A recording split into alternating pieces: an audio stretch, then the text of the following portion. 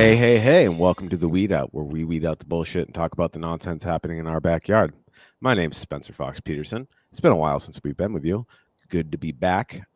This week, we are focusing on some local activism and actions. As we all know, there's all these ICE raids going on all over the country, whether in LA or even sleepy little small cities like Worcester, Massachusetts. Technically the second biggest city in Massachusetts, but it's a small town feel. Everybody knows each other. I'm not even from Worcester, and I know that. But this week we have, in the past, we've had another guest from Worcester on, Bill Shaner. This week we're bringing on David Webb, somebody who has made some noise in Worcester, I would say. I will let them tell their story. But basically, long story short, David, welcome to the show. Welcome to the Weed Out. Thank you so much for having me. I'm looking forward to this. We're glad to have you on. And first of all, tell us your, who, what, where, when. Who are you? So, it's been very difficult to kind of figure out the labels for my identity because, my business card says instigative journalism and socio-technological consulting. And that's because I have a background in technology. I have a framework of society. And I don't feel like I'm a journalist compared to actual journalists, but I also recognize that what I'm doing is journalism. And, I liked the idea of activist journalist, but that isn't that really, I don't embrace the label of activist because I don't know, I'm following, there's some level of sensationalism isn't the right word, but I'm not stuck on one cause. I am following my special interests in a pursuit of justice. And anyways, instigative journalist is, I finally got it posted after the Telegram asked me about it because I was actually really annoyed when I was assaulted last year. NBC and I think it was Boston 25 misquoted me on it and just said investigative journalist. And I'm many things, but investigative journalist is not any of them. Right. Like that is a respected profession that requires way more work than I put into any of things I'm doing. Right. There's plenty of people doing that great work all locally. Andrew Quamir, I don't know if you're familiar with Andrew's work. He has a Substack called The Mass Dump. Shout out, Andrew, if you're listening. Investigative journalism, that's not what we're talking about. We're talking about instigative journalism. Is that what I heard, correct? Yes, that is correct. And, of course, Fox 25 News, not known for their attention to detail, kind of like the Herald, more known for their sensationalism. I grew up with Fox 25. I very vividly remember the difference. Like, I went to school for communications for background, and I remember when I was like 10, the difference in how they reported versus even the CBS affiliate. Like, I could tell. So, like, you could see the future. Like, with you ever see those master clips of all the local news owned by Sinclair? And they're like compilations. Yeah, and they're like all overlaid, and they're all saying the same script. It's like that was the beginning of it, the Fox News opening affiliates. So yeah, fuck them is really.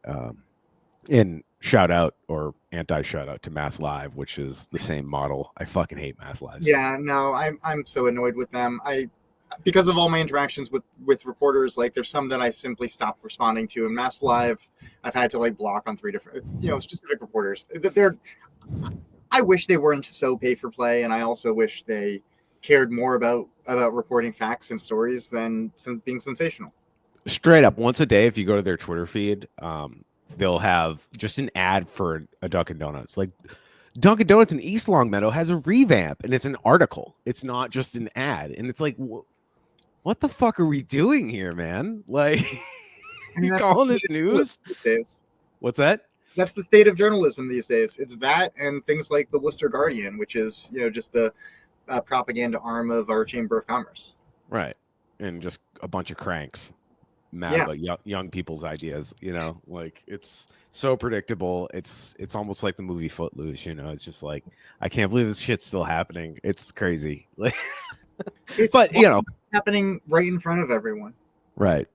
And people are busy and tired. And that's the reality. Like, and not to give anybody an out or excuse. That's just the truth. You work 40 hours plus a week to barely get by and then maybe not retire. I mean, the oligarchs of old figured out the balance. You know, these people are greedy as fuck. Like, if you make the robber barons look less greedy, I mean, even they caved and compromised. Not, you know, like the 40-hour week was a compromise. You know, if you think Yes. about it. So it's like, I don't think we could get those same compromises out of these people. That's why we shouldn't take them seriously. But yeah, they own the media. That's the, not to sound like a conspiracy theorist. It's just when you look No, at the facts, it's who's funding what. What are we supposed to do with that? You know? yeah, no, it's not a conspiracy theory at this point. It's pretty well documented. Right. So, anyways, I would like to get into more about what happened. Obviously, about a month ago, maybe 5 weeks ago, was it Eureka Street in Worcester? There was an ICE action that prompted a community response, and a council member or somebody that works for the government, I can't remember their name, got arrested and charged, right? Yeah, Counselor Haji got charged. So I'm sure you've heard of Luce, the network that's supporting, that's effectively the strongest opposition to ICE. And what they do is effectively they have verifiers. And so this solves the problem of, you know, if you just post a caravan of tinted vehicles, it causes panic. So they send one or two people out to, if necessary, interact with them, but effectively like walk up with the camera and say, hey, are you local police or not, to some level or another. And so I wasn't one of the initial verifiers. I was responding to something I saw on social media, and I showed up with other people. And it's so at this point, I have a great still from my GoPro that I need to post at some point, because like it shows my phone screen as I'm. This was when the GoPro was on my chest, and the phone screen shows the time. And so now that all the police reports are, all the police body camera footage is released, or it's still 35. I'm sorry, it might be 7 officers out of 35, if I'm not mistaken. But the timestamp is, I was there about 20, 30 minutes before the Worcester Police Department showed up. And so the whole narrative is about how bad it got. And it didn't actually. I have multiple cameras. My background in this level of activism is a combination of two things, really. One, simply documenting the police on a really frequent basis. It's gotten to a point where, if I walk up to them or I see them around, I will pull up my camera and document what they're doing. And more times than not, this has resulted. Not more times than not, but this has resulted in documenting a few different issues with Worcester. So there's that, and I've done a bunch of work with the Worcester anti-foreclosure team, and what they do is help people who are victim of predatory lending, and my role in that has effectively been at the final stage, when once the courts are already kind of ignoring the paperwork and the banks have already bullshitted their way to get there, there's a man with a gun who shows up and tries to intimidate people out of the house. And there's a lot of specific rules they're supposed to follow. These are constables. They're not law enforcement. And anyways, so, they're not allowed to touch you. They're not allowed to remove you. And some of them don't know this. Others don't care. But when there's a camera pointed at them, they tend to hold their thing more. So I show up at these things with 2 or 3 cameras and like a GoPro strapped to my chest, and then stand in front of a doorway and have a conversation with them about the laws they're supposed to be following and the ways that particular eviction is unlawful. And so it's not funny, but it wasn't actually with the Worcester anti-foreclosure team. This was probably my first time doing it kind of myself. And there was someone else who was with me who came from my network, but someone had reached out to me because they've seen my social media that I do this. And they had received a eviction notice from Angel Santana, the constable I met my first time doing this, who threatened us with arrest of the Worcester Police Department. By the Worcester Police Department. I've got a good photo of like him standing there pointing, and then like the paddy wagon, or apparently I'm not supposed to call it that, the transport wagon, with the guy fiddling with the white zip cuffs in the front seat. Like, this was an intimidation tactic of the Worcester Police Department to get legal protesters to leave the front steps. This was the threat of force that he made. Anyways, he's not authorized. Anyway, so it was him again, and so I've at this point made a example out of him, and he knows he specifically can't fuck with any of us. So I'm a little less worried about that. And also, his notice was specifically use words that the city manager. Anyways, I was there that morning before the Eureka incident. I actually interacted with about 4 of the same fucking officers. Lieutenant Basalt, who was at the Eureka Street incident, was the one on scene at with Angel Santana. And I stopped an eviction beforehand, and then effectively was walking from that, caught up with someone else, and went to Eureka Street. So I already have a bag full of GoPros, a few cameras. So I'm effectively first. The way I do, I'm a toe step. I'm a line stepper. I toe the line, whatever. And that the purpose of that is helping other people identify where the line is. So I walk up, and one of the first things I figured out was that one of the guys who was there in completely plain clothes was 100% a cop based on the way he interacted with me. He literally told me about. He said, I don't know. They were all on a public sidewalk, and he told me about He said, that's our imaginary line. Because I asked him for clarification, like, where am I not supposed to be? And so I was climbing up over the lawn and to get an aerial view of kind of what was going on. And I attached my GoPro to someone's porch. And so then I have this footage for like 20 minutes of them interacting. It didn't actually escalate at all until they... And so keep in mind, none of us actually spoke Spanish. So we couldn't communicate with these people. And like, so there was like 5, sorry, I think it was 6, but there was a number of, there was Ice, that guy in the t-shirt, it was a National Parks shirt. And he had a handcuff bulge and a very clear gun bulge, but literally no badge, no 3-letter anything. There was just them. And then they were standing around a car with 3 women in the passenger seat, one of which was the infant.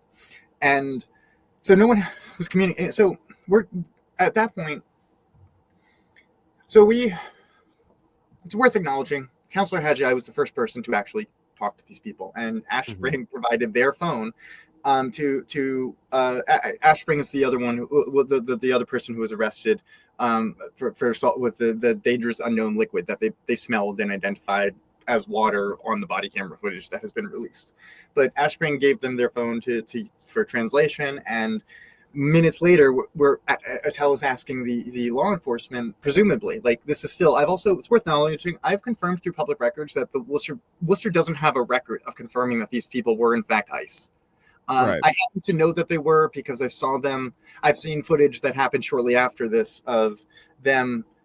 I don't know exactly why or what, but the woman they removed in the unmarked van was brought in an ambulance to the federal courthouse about 20 minutes afterwards. So I don't know what happened in that time.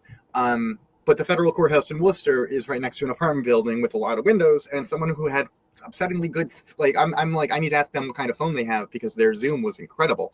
But someone sent me a video of them, and I asked when it was, and it was literally 20 minutes after we saw that SUV, the tinted out New York plate vehicle leave Eureka Street.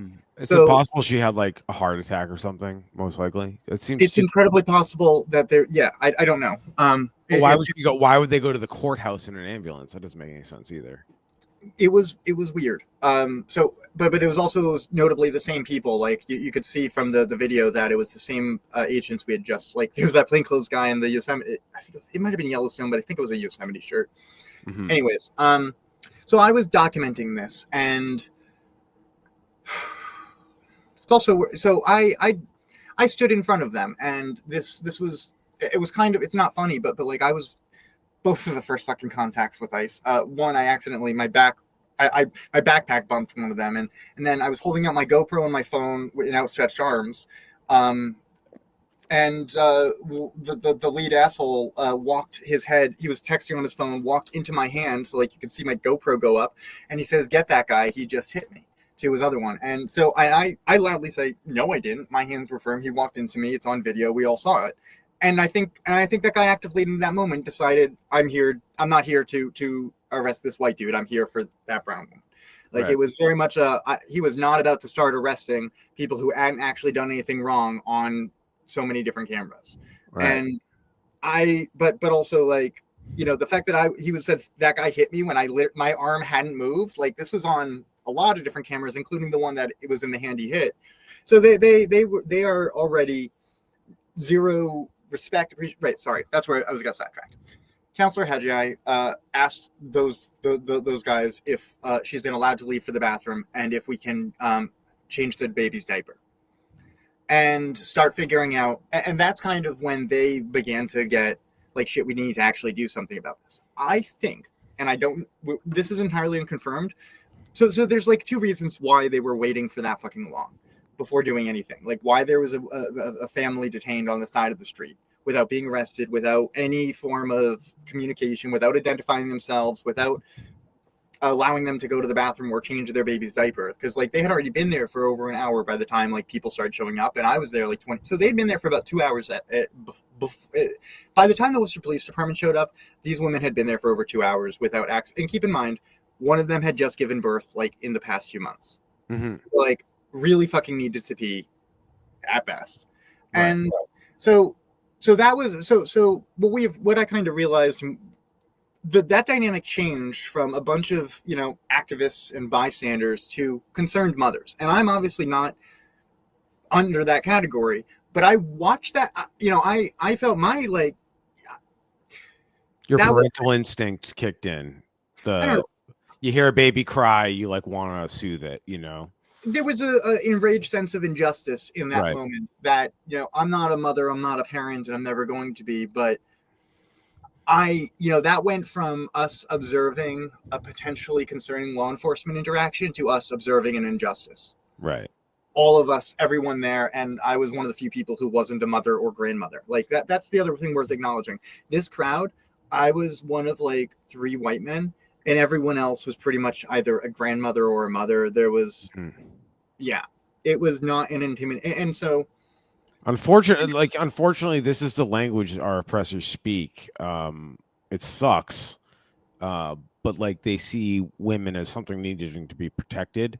So like, if this was a bunch of dudes, a bunch of workers, it would be potentially looked a little like, say they came down to the fishing docks where I work, and there's a whole bunch of undocumented. If we stood up to them, it looks a whole lot different. And we probably don't have fucking cameras either because we're working. I'm just thinking about this out loud. Sorry for my ADHD ramble, but you know, the idea of body cams, like, these fucking assholes get to control the data. Fuck that. Second of all, the point of view is from their chest, so everything looks like an attack, like everything. It's just the way it's framed, and they're taught how to act. They say contradicting commands. You don't know what their arms are doing. You know, like, I fucking hate body cameras. I hate them. I hate them. I hate them because the only time we get any sort of justice with camera footage, it's third party, whether it's somebody like you or it's a fucking light pole that somebody catches, like in Tyree Nichols' case. You know what I mean? Because that body camera image makes it look like the guy's fighting back. No, he's defending himself. Yeah, no, that's why I started bringing cameras everywhere. Right. I realized, you know, even if they gave us the footage, it would be designed and it would be done in a way to support their narrative. And they control the data. Then we have to spend time making sure they didn't cut anything out. We have to have forensics backgrounds to figure out what the fuck, like this Karen Reed shit. Like, I don't really get into the Karen Reed stuff, but like, they're manipulating fucking, they're racing footage. Like, the amount of work you have to go in as a defense attorney to figure this shit out. And you don't have the power of state subpoena. Like, it's rigged. It's absolutely rigged. Anyways. Carry on with your story. Yeah. The importance of third-party cameras. Yeah, no, exactly. The importance of third-party cameras and showing what happened from an external position, because if it's only their body. And so that's the other thing. 2 of the initial ICE agents who were there did have body cameras. I don't think either were on. I think I heard one activate like at one point, but I don't think the lead agent had his on at any point in time. It was malfunctioning. That's a malfunction. Well, so I was actually like, the first thing I asked him when I approached them was, so I can get the record of that. And he was like, yeah, if you want. And I should have fucking looked and seen, because they have the same ones police have, you know, it says the 3 red lights if it's on, and it wasn't. So I don't know. I should have pointed to that. Anyways, so, you know, things. So it's worth noting about 4 to 8, I don't actually know, but a significant number of additional federal agents, presumably, again, like some of these people, all of these ones were in gear, and one of them had an AR-15, but none of the, and a few of them had masks. Up until the additional people arrived, no one there had masks yet. Yeah. And so that was after. So that happened, and then like I'd say they arrived like within 30, 45 seconds before the Worcester Police Department arrived. Like I didn't realize that that more had shown up until like going through the footage afterwards, because it was suddenly there was this many, and now there's a lot more, and then all the Worcester. So it felt like the Worcester Police Department and all the additional feds arrived at the same time. And the sorry, so the first officer on scene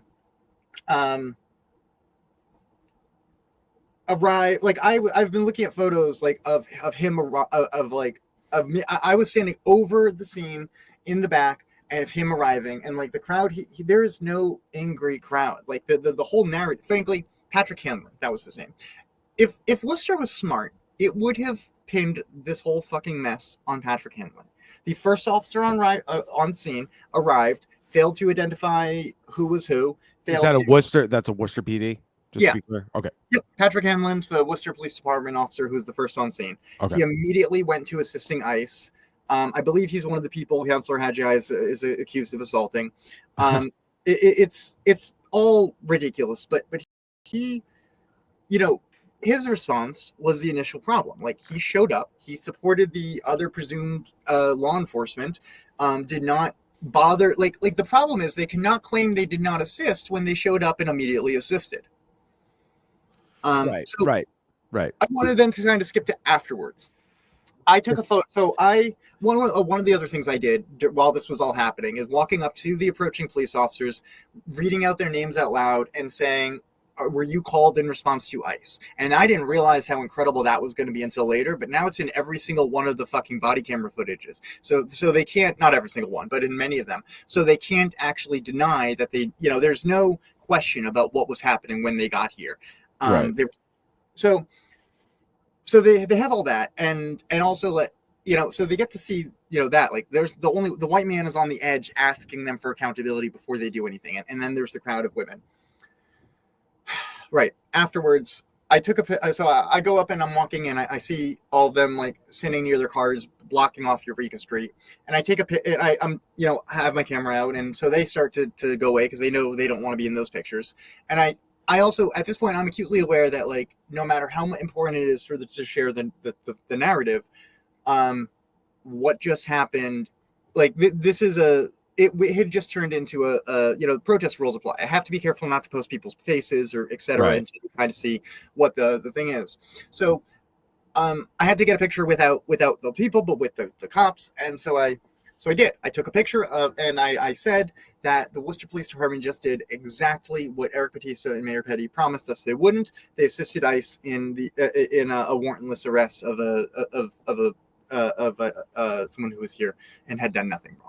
And this was so that the importance of this is, one, it got like 400 shares, but it was one of the first like conversation starters saying this is exactly what happened. And I assume you've seen V for Vendetta. Yes. You know the scene where the inspector's like, I had a feeling, I knew how everything was going to play out. Sure. I had one of those. Eric Batista, the Worcester city manager, is going to do the only thing he knows how. He's going to lie. And and so like I'm not new to any of these dynamics. Like that's part of what's weird for this is, to me, is like I had my car repossessed a bit ago. The people assaulted me. It's illegal for a bunch of different reasons. Worcester Police Department, of course, supported them, and then actually came back 2 hours later with the people who assaulted me while I was in the hospital. And anyways, they asked you to charge them or drop charges. What was the result of that? No, the hospital. The Worcester Police Department. Oh, sorry, the Worcester Police Department. So the first time, April 15th, the Worcester Police Department decided to issue reciprocal assault charges. So I'm charged with assault with a dangerous weapon, Jesus Christ, which is a crock, and he is charged with assault with a dangerous weapon for assaulting me while attempting to repossess my vehicle. So so where I'm going with this is the police officer's first concern when they arrived on scene was getting me to exit my vehicle. Right. so that they could complete the repossession. Now, this is the same thing I have seen with constables. Police will say they're there to preserve the peace, but Right. what they're actually, and what that really comes down to is they're there to support the constable in in his whatever, and they expect. And this was great because I had this conversation with Lieutenant Basalt before the Eureka incident. So. Right. Their position is effectively, well, if this is unlawful, they can argue that in court. Lieutenant Basalt, 2 hours before, maybe an hour and a half before before we were interacting on Eureka Street, effectively argued to me that this person should be allowed to be removed from her.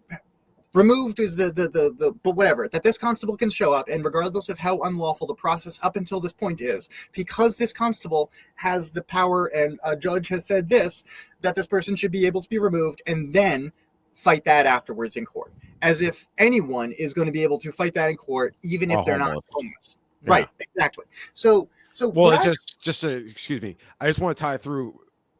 Notice the police are more concerned about property.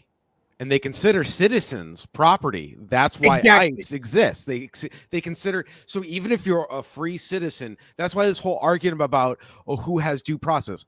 The reason the courts in the more liberal times decided like 100 years ago that everybody gets due process is because then we're going to start splitting hairs about what's a civilian, right? And this is where we're at now. Like it's devolved to the point where we're splitting hairs about what is a civilian, and we're all human beings, and we all have right to prosperity, liberty, yada yada, all that bullshit, right? But it's not bullshit. I actually believe it, but they treat it like it's bullshit. And yeah, the cops are here to protect property. Look, repossessed car, repossessed home. They only care about property. They do not care. They are not our friends. So that is exactly where I'm going with this. Is that if you take a step back from how horrible this sounds, but recognize that the Worcester Police Department treats immigrants as property of ICE, right, then their behavior here makes perfect sense. Because in the same way, so the way that constables and the way that the Worcester Police Department will support, not just the Worcester Police Department, the way police support constables and repo drivers systematically and habitually has created an environment where a repo driver will try and pull me by my shoulders out of the vehicle because he knows that if the police get there, they will then support them so long as I'm inside of the vehicle already. In the same way, a constable might show up and threaten someone to leaving their property because as soon as, whatever happens, if there's an assault and that person is not in the property by the time the police get there, that house is now repossessed not repossessed, but they've served. Whatever. Yeah. So evicted. Evicted. So, and then of course they can fight this afterwards. In the same thing, like now there is someone being put into an unmarked vehicle in New York going to who knows where. Unmarked vehicle with out-of-state plates by armed people, some of which have masks now, going to who knows where. The police, generally speaking, don't really care so long as they're already in the possession of ICE. Right. Now, here's part of the problem with this. Like, even you taking aside that horrible, problematic position that they take with property that they somehow include immigrants in, the person wasn't in the in the custody of ICE when they arrived. They could have protected Worcester people. They could have said, "Wait a second, can I see some ID before I assist you in this kidnapping?" Like, I don't know what level of they're supposed to assess the scene, but they could. Anyway. So no, it's fascist. It's a game of hot potato. They're always passing accountability to it. That's why it's so funny when like some leader comes along and wants to funnel everything, all law enforcement, into one funnel. No, the genius of the system is that it's decentralized. And it's proof product that decentralization in general, whether it's rebellion, revolution, or it is fascist authoritarianism, decentralized works pretty good because you can always have another department. Like, okay, a department's found to be a piece of shit. They'll just give more responsibility to the state police and give them more budget. The money still stays within policing. And those assholes that work for that department can always quit and apply somewhere else. Like, there's always money. There's always money in the banana stand for police. Well, so that's exactly. There's like it's a shell game. It's a shell game. They move there, and that's how they. It's like when you brought up the city manager. What I was thinking, you're like, he does what he always does. You said lie, but I was thinking, who's in charge here? Is it the council and the executive branch, who's technically in charge of law enforcement? Who wags the dog here? Because in Holyoke, what the police want, the police get. And when they're not getting their way, they pull temper tantrums with WWLP and Mass Live. And then some council will grandstand for 2 hours. They actually had to pass a rule about grandstanding, like, because it was a gentleman's agreement prior.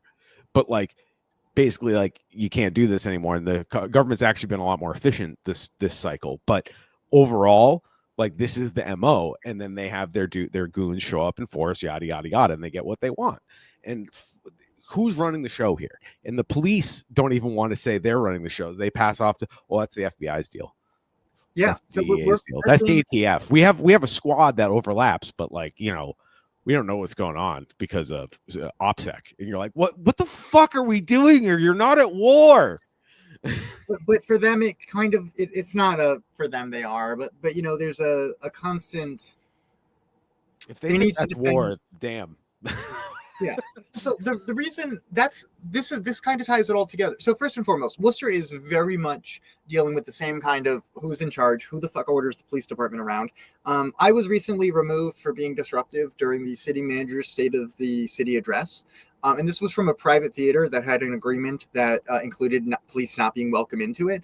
And they were led into it by the city manager's chief of staff, EP83. And this is notable because the facility did not want police there. They did not call for police. And the city manager's chief of staff still led the SWAT team in. And so, you know, there's a level of who's actually in charge. And people are like, wait a second. So, you know, someone on one of my posts was like, well, what does Saucier think of this use of the SWAT team? And I was like, you know what? He probably didn't get a say in this matter. This came from over his head. And, you know, I'm getting to start those conversations about who's actually in charge. We also have a so-called safety committee, which is supposed to oversee the police department and make sure it's doing its job. But they, of course, don't think. Oh, my God. Right. They don't actually. Don't get me started.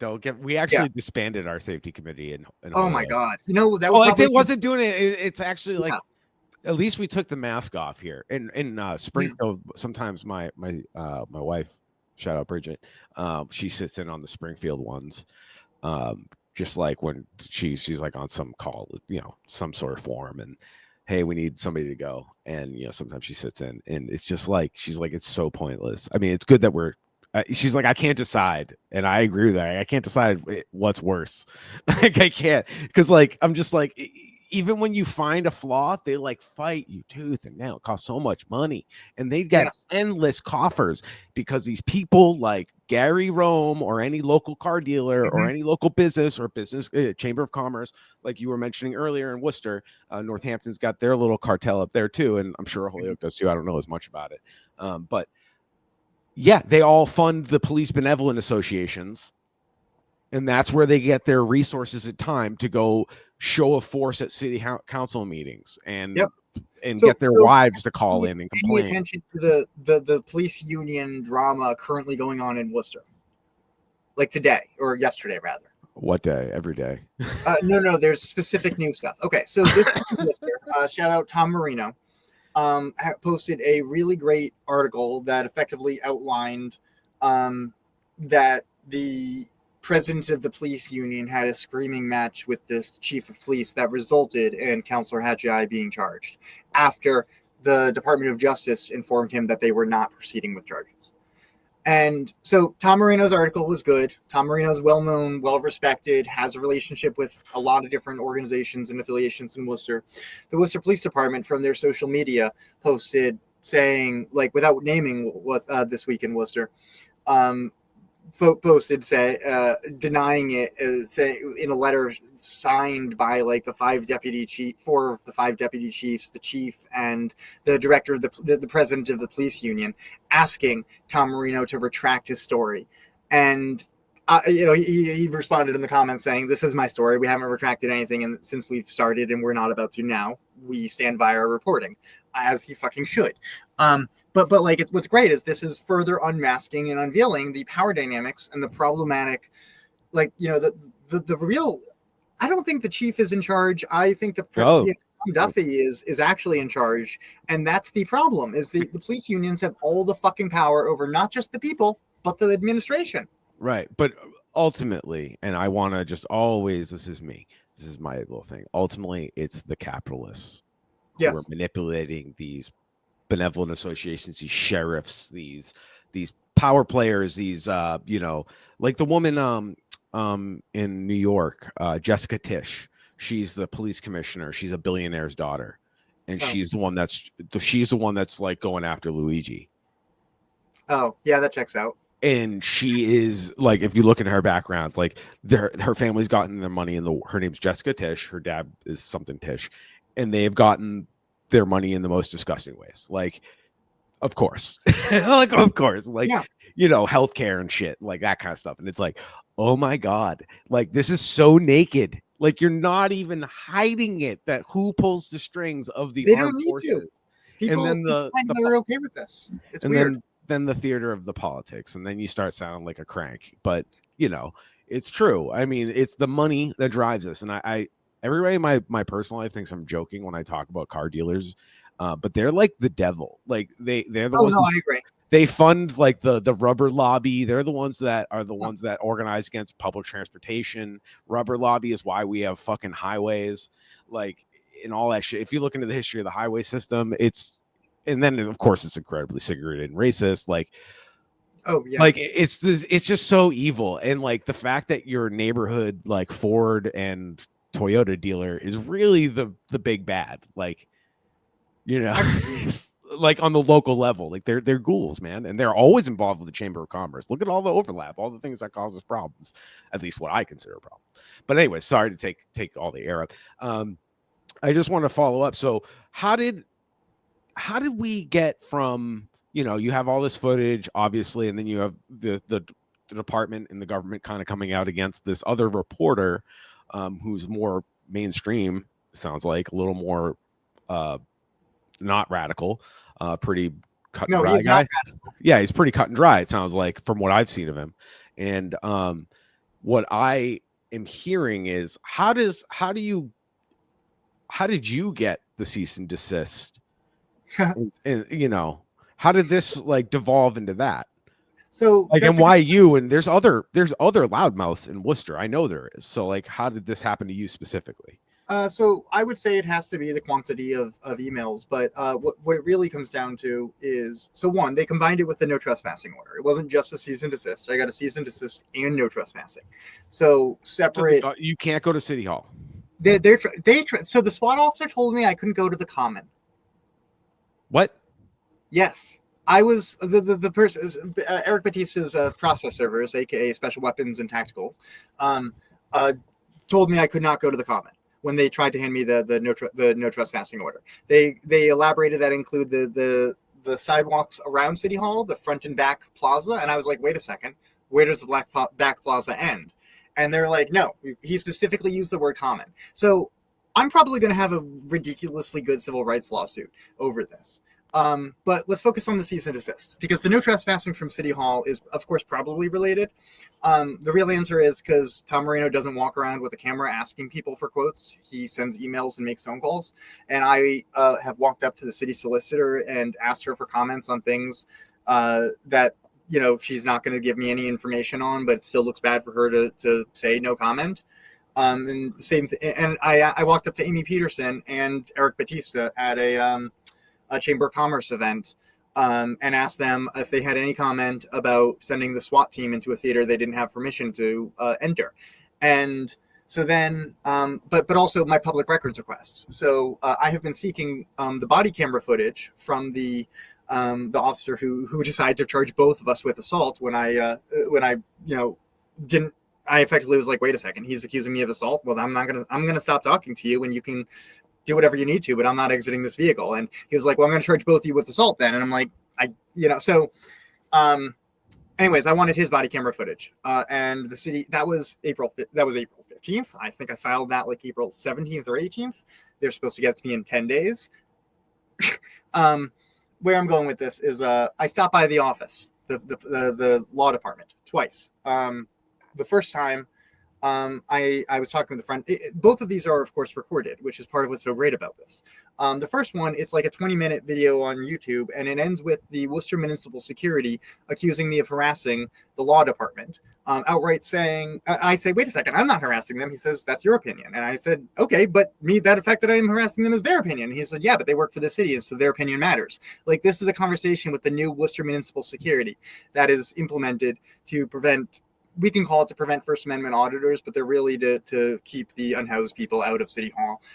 And it's going to be, I think the real reason they want them is to minimize the public records requests that are accessible. I've started asking how many people have been charged with trespassing that have an address of 25 Queen Street at City Hall, and those are the patterns that they don't want people to. So I've become very persistent. The morning I got that letter, I did. So there's three things that I think are the reasons that they're going to do this outside of my actual behavior of the First Amendment auditing.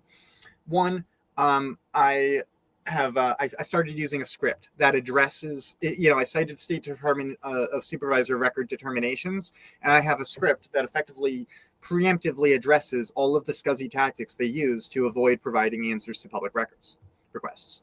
And I sent my first one that Tuesday morning, and one of the phrases in it is, in consideration of this continuous pattern, blah, blah, blah, I am not presuming good faith, and I will appeal this to the state supervisor of records on the 11th day if a response is not provided within compliance with law, or an unreasonable fee is assessed.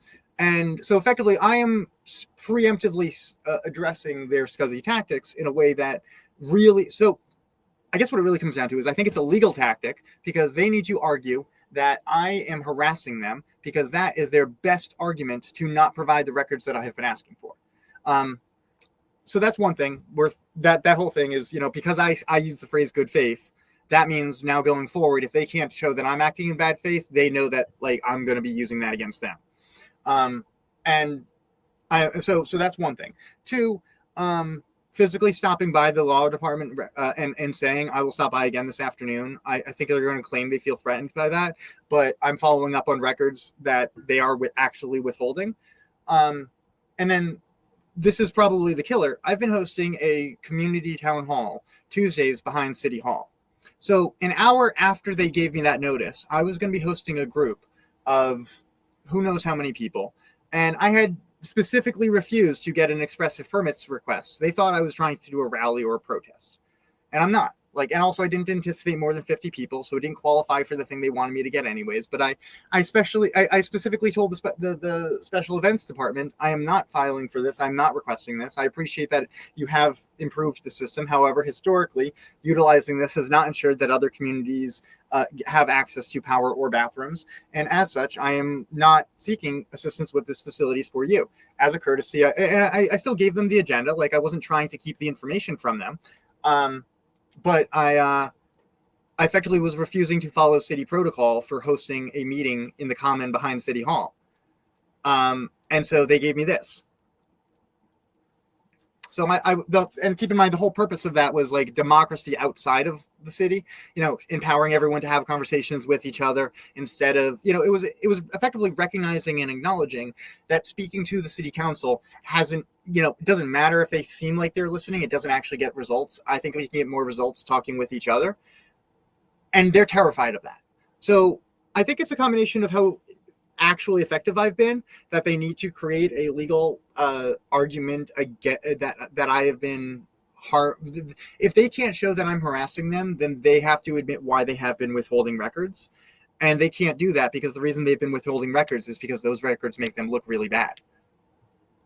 So I just want to point out, kudos to y'all, all y'all, that you're a perfect guest for the show. We're called the Weed Out. I mean, a lot of people think it has to do with marijuana, which obviously I like to smoke marijuana, but has nothing to do with that. It has to do with weeding out the bullshit, cleaning out your garden. And we see as a community that if we come together in the common and the garden is a lot easier to take care of when we all do a little bit, or at least we're all paying attention, because someday I'm going to be old and I can't bend over to pick out, to pluck the weeds, but I can say, oh, this time of year, it's hard to manage this area, to make a gardening analogy.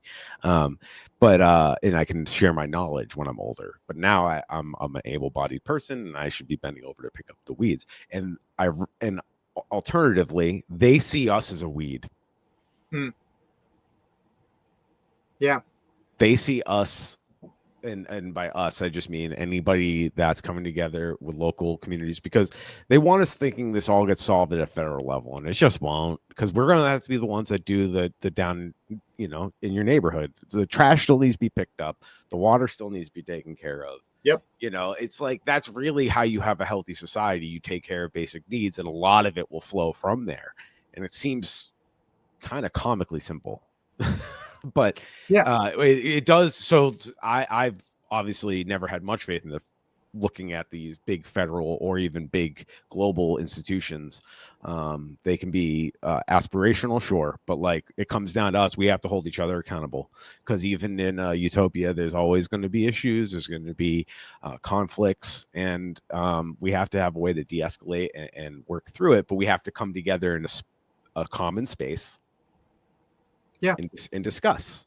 And it's unfortunately the best things are done through committee. It's painful, it's hard. I think part of the problem is that, like, maybe not painful, but it's hard. No, but the systems of bureaucracy in our city seem to be designed to frustrate progress rather than create it. Oh, absolutely. Like, it's when I say to people all the time, like, if you just voted this way, we wouldn't. It's like, well, we have to still do the day-to-day, like, existing together and co-work, and then, like, we have to realize it's all of us, but it's not, we can't look to outside help. But like this idea that the system is going to give us a tool to change it is kind of like magical thinking. Yeah. I'm not saying we can't, harm reduction. I know that's kind of a burnt out phrase, especially when it comes to electoral politics. But like, that's the best it can do.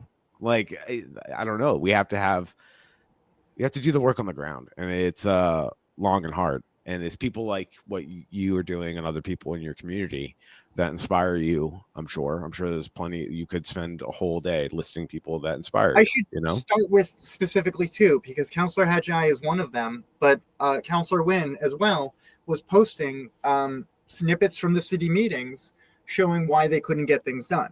Like, it was little exchanges where where the clerk or the city manager or the city solicitor, it was what I eventually came to call, which is, it's great you already called this out, but it's a accountability hot potato. And it usually ends with the solicitor, but I started to realize, like, I can highlight these patterns, I can show why we're not getting progress, and I can use that to get more people to pay attention. And it turns out I was very right. Yeah, and this is kind of like I'm glad, like, you've, like, it's funny that you have like I have local cops that are my nemesis, and I know them by name, whether in Northampton or in Holyoke. I know them by name and face. But it's funny that you didn't focus too much time. Like, clearly you're intimate with one of these guys, and the thing is, it's not one person. So like the whole accountability hot potato. That's what's so funny about everybody passing the hot potato. It's like, yo, this is a collective issue. It's not any one person's fault, and I don't even want to presume you're evil. But what makes me feel like you're evil is when you won't come to terms with what your work, so that's the results of your work create. Like, you got to come to terms with the fact that there are inadequacies and there are inequalities. You're kind of the one that's supposed to be the one addressing that shit. You want the job. And so I'm not afraid to make it personal in regards to, like, not about them personally, but about their values. Right. And I think that is part of why my emails have been so impactful, is because I sent one to the city manager Batista like last year that was something like, I hope you're a Spider-Man fan, and I talked to him about how with great power comes great responsibility. Why are we if I want everyone in Worcester to be better and safer and happier, and he's the most powerful man in the city, why am I constantly against him? Pointing that out is something that, like, he's supposed to be like, if he cares about people, this should bother him. And, right. It gets to a point where he's demonstrating that it bothers him more that I'm publicly having these conversations than that he is harmful. These poor politicians, they just want to be liked so badly. Yeah, they're in for a bad time with that.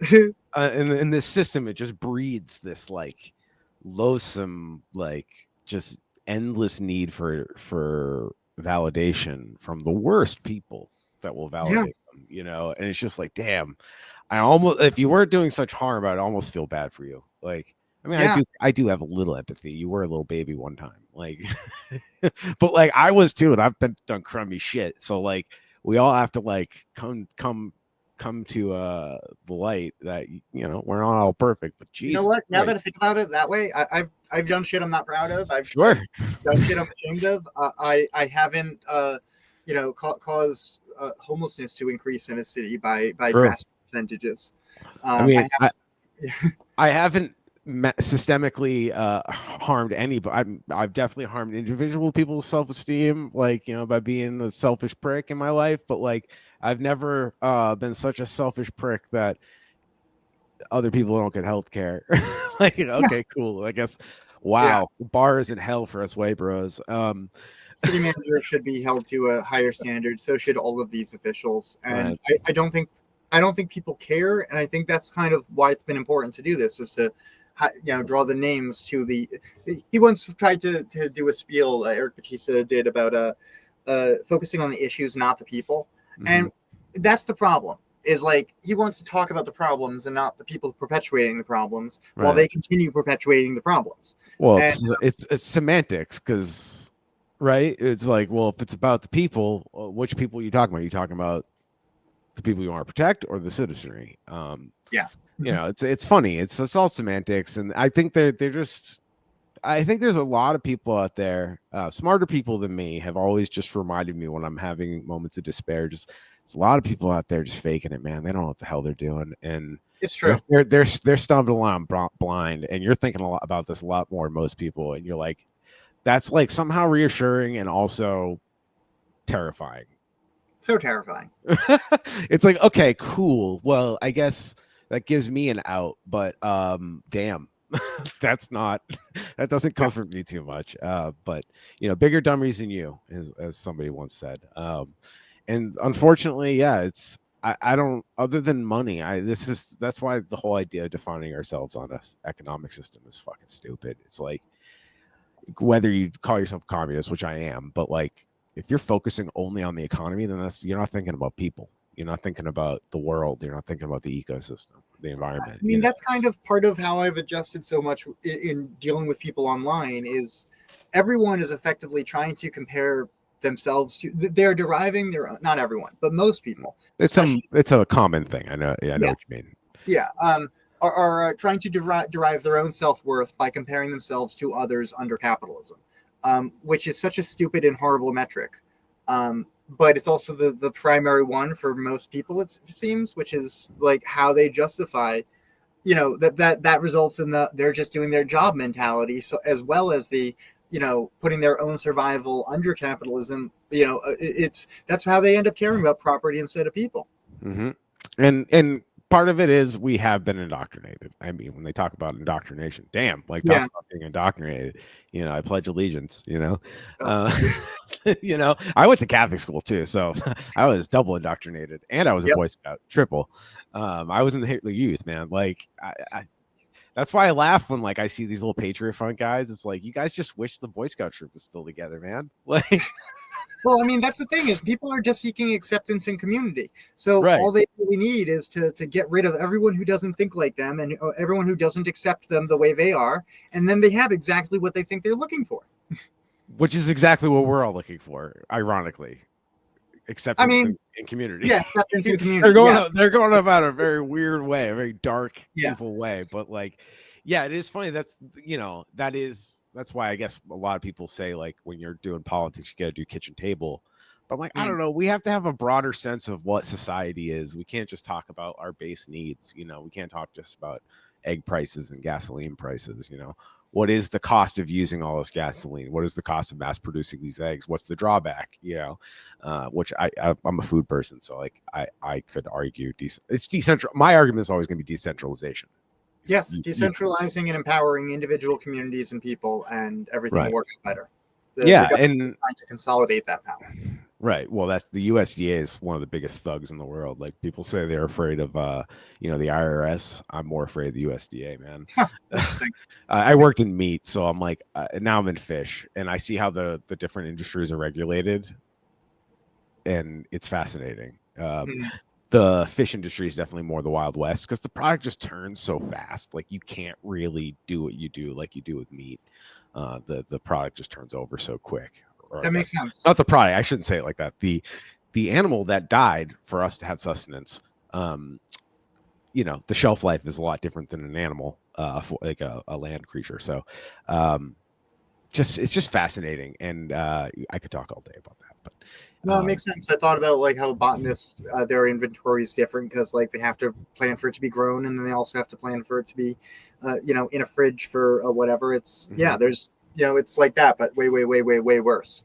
right, yeah, and I the food industry is like kind of fucked up. Like it is my life, but like when you take a step back, you're like, oh damn, where somebody is making a profit, no matter what company I work for. Like I worked for a company. There's only a few times where I've worked for like an independent contractor of some kind or a really small business. It's only been a handful of times, and over 20 years. And the reality is like that's somebody, not a restaurant because you're selling a service, but like you own a grocery store and you're turning a profit and you're paying out investors for over food. And you're also likely underpaying and exploiting the labor that created the food. Like, yep. I worked at a small time butcher shop. Listen to this shit, right? Small time butcher shop. We worked with local farms. Most of these farms were family run. They were part-time gigs. Like they had a day job and then they did the farm on the weekend and on their vacations. And it was just something they were keeping alive. And so customers be like, why is it so much more expensive than Big Y? It's like, okay, so I'm just going to break it down because it's actually really simple for you in this scenario. I buy directly from the farmer. The only place we can cut costs would be breaking the law because we wouldn't be using a USDA facility. And I don't think you want us just slaughtering animals willy-nilly. And I don't think you trust us like that. So you kind of like that reassurance of having USDA, which is a whole tax on top of things and a whole rigmarole because there's only so many of them. You have to send the animals 150 miles this way to come back 90 miles. Anyways, I would go, so here's the deal. I could go to the farmer and say, hey man, you can't pay your brother who helps you out on the weekends, so I can bring the cost down for my customer. Or I can go to my dishwasher and say, you want to work for free? Like it's as simple as an economy as it can get, and that really opened people's eyes. So I'm taking a class for creating a co-op, and it's unfortunately way more complicated than very complicated running a business, and I don't know how it could possibly work with the level of supply chain required in some of the food industry. It's hard, and you have to. I've been a part of things on small scale. It's basically impossible. Like on a small scale, you have to do it on a large enough scale. And then when you have a large enough scale, like we have two co-ops in Northampton and East Hampton. They're the same co-op, the River Valley Co-op. And they're great, right? But they have a lot of political issues. Like they're having a split between their co-op base and within their staff about selling Israeli products and BDSing it. And like all these people mostly agree, but there's like a faction of Zionists, both in the staff and in the co-op membership base. And it's like causing a lot more problems. And it's nothing like dramatic or nuclear, but it's like there's going to be fallout 5 years from now because now people are going to be questioning if I want to work with these people now because we just see fundamentally different values. So like when you branch out big enough to have two stores and probably 100 employees and I don't know 1,000 customers. I have no idea what their customer base is, but I just think about it. It's like it does become a little untenable, especially in the imperial core, where people's politics are getting really loud. Yeah, no, it makes a lot of sense. I could see that being a significant issue, and that's on the list of reasons I'm not anywhere close to starting a co-op. Like I don't, creating the series of shared values and community agreements at the very beginning is an untenable project. At this moment, I think there's hope. I think I have to believe the things I've survived in my personal life. I have to believe there's a way that we can have something better. Maybe I'll be dead, but like I have to. Like, there's no point in me not believing in that. Like, it's tough right now. Like people are struggling to communicate. People are burnt out, overwhelmed, scared. Like, dude, we're still in a pandemic. Like I know it's over for a lot of people, but Yeah, it's an endemic stage. I don't know. I shouldn't say anything. I'm guessing it's gonna be an endemic stage at some point, right? This, Yeah. so it's just people are their bodies are maxed out.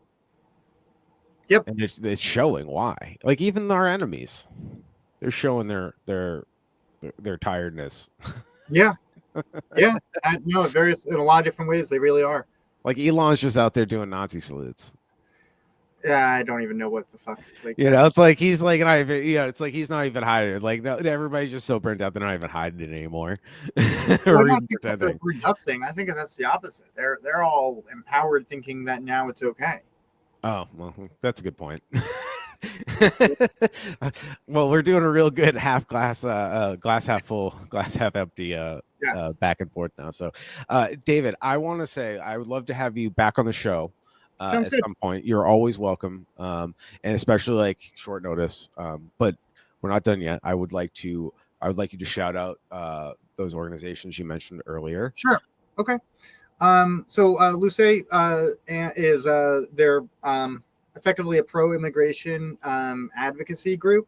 The Massachusetts Bail Fund, who uh, systematically fight the nature of um, minor charges being a reason for people not to participate in activism. If instead, so you're not, as well as making it so like a charge doesn't ruin your life by also taking away your career and everything else.